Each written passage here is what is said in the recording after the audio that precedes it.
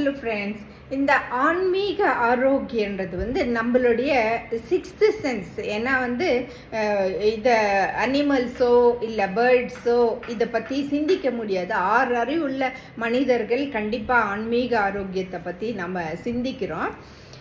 Meaning and purpose in life டிஃப்ரெண்ட்டாக இருக்கும். நம்ம நல்லதே செய்யலாம். நல்லதுன்னா என்னன்ற டெஃபினிஷன்ஸும் நம்மளுக்கு தெரியணும்.